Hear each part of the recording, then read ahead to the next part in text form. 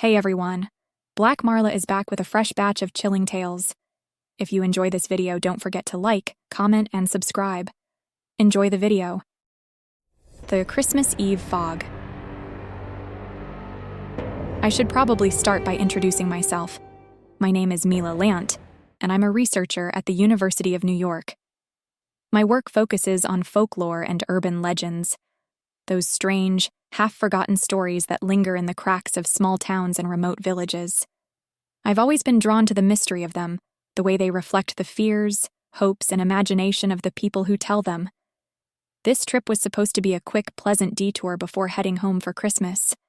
My assignment was simple: visit this picturesque mountain town, gather a handful of local legends from the older residents, and compile the stories into my growing archive of regional myths. Graymore was a town buried in snow and secrets. At the foot of the Everpine Ridge, its narrow streets curved around homes cloaked in icicles, their windows glowing faintly with hearthlight. To outsiders, the town was a winter postcard, the sort of place that promised sleigh bells and laughter. The town looked so peaceful when I first arrived. I almost felt guilty for being there, as if I were intruding on some secret they had tucked away in the corners of their festive decorations. The streets were lined with strings of twinkling lights, casting soft glows on the snow-dusted sidewalks. Children laughed as they ran in and out of the small shops. The scent of freshly baked gingerbread and pine from nearby trees filled the air, and for a moment, it felt as though time had slowed down, just enough for me to savor the warmth of the season. Small-town vibes, I told myself, shaking off the sensation, and entered a small, cozy cafe for a cup of coffee before the next interview. The cafe was warm and inviting, although very small. The smell of fresh coffee and baked pastries wrapped around me like a comforting blanket as I stepped in, my notebook tucked under my arm. But as I turned to find a seat, I collided with someone. His coffee splashed over the table and onto his sleeve, the dark liquid soaking into the fabric. "Oh no, I'm so sorry," I stammered, fumbling for a napkin as the man stood up, shaking his arm with a rueful laugh. "It's all right," he said, his voice calm and easy, as if this sort of thing happened to him every day. He had a boyish charm about him, with a crooked smile that instantly put me at ease. Not the first time today I've been doused in coffee. Maybe the universe is trying to tell me to slow down. We exchanged introductions. His name was Pitt, and he was a local who had grown up in this town but left for several years before returning. There was something magnetic about him, a blend of confidence and warmth that made him seem out of place in this quiet, subdued town. He spoke to me like an old friend, and in the festive spirit of the evening, I couldn't help but feel some of my own tension ease. His laugh was warm, and he made me forget, at least for a moment, why I was really here. I had come for legends, for stories that would add depth to my research. That afternoon, I gathered the final pieces of information from a weathered old woman who shared the most chilling story of all. "The fog," she whispered in a voice so low I had to lean in close to hear. It came down from the mountains many years ago. It swallowed the town, and people disappeared in it. Came back a year later with no memory of what happened. The hairs on the back of my neck stood up. I didn't want to believe her. How could I? But the way her eyes flickered nervously to the door, the way she lowered her voice as if speaking too loudly would summon it. I had collected every piece of information I needed. My flight was booked for the evening, and soon I would return home to celebrate Christmas with my parents. But as I left the old woman's house, the sky grew heavy with dark clouds, and the air felt thick. It didn't seem natural. I checked my phone on the way out. There was a new notification. Severe weather alert. Flight canceled. Snowstorm approaching. Roads closed. A chill ran down my spine. I had planned to leave tomorrow, but now I was stuck here. The Christmas cheer of the town had faded. People rushed down the street, looking at their watches as if they were in a hurry to get somewhere. Anywhere.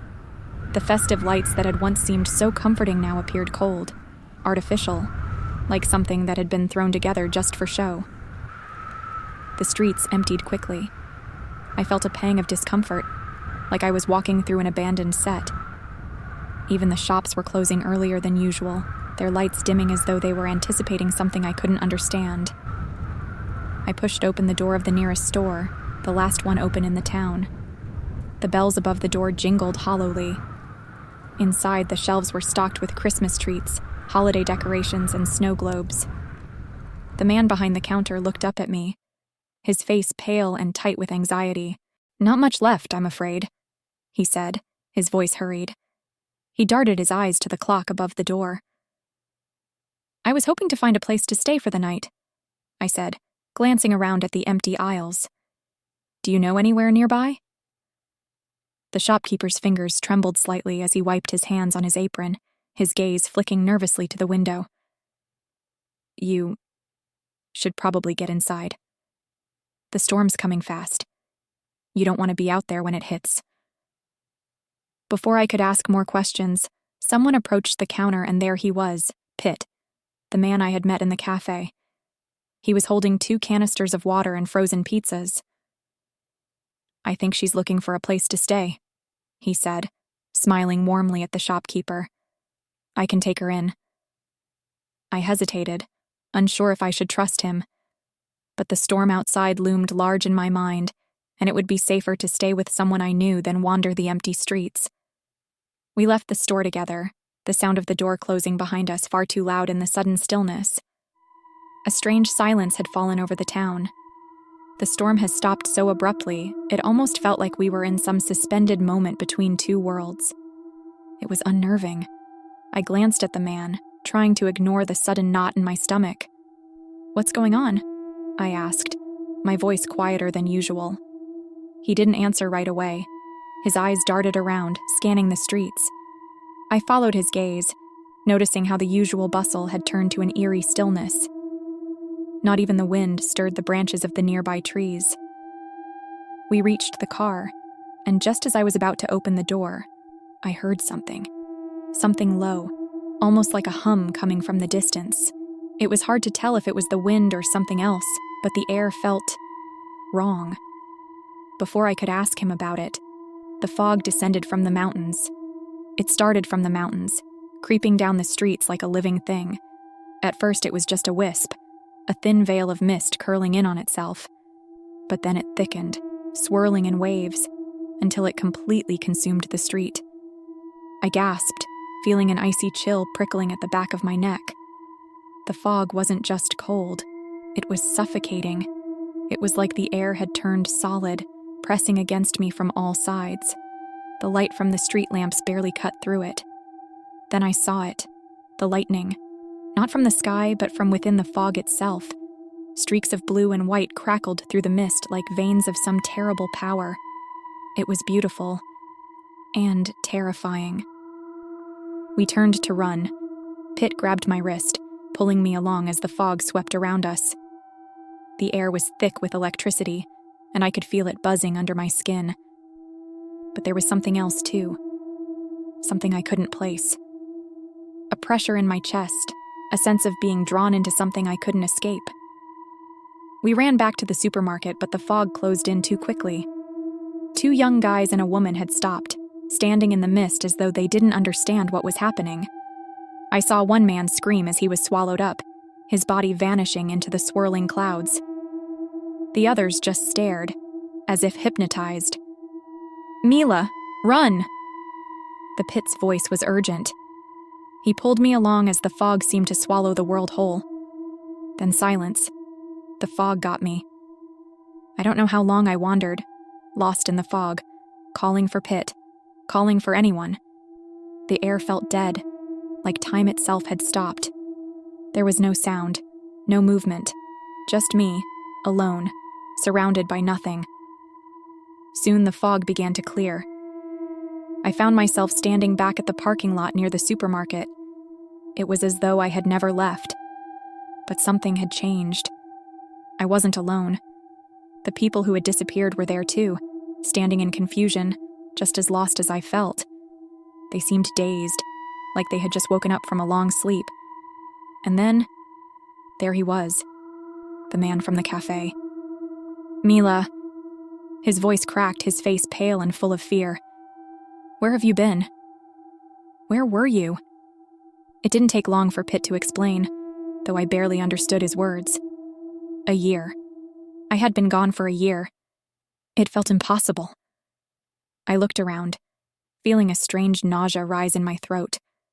The town looked the same as it had before, like nothing had changed, like nothing had happened.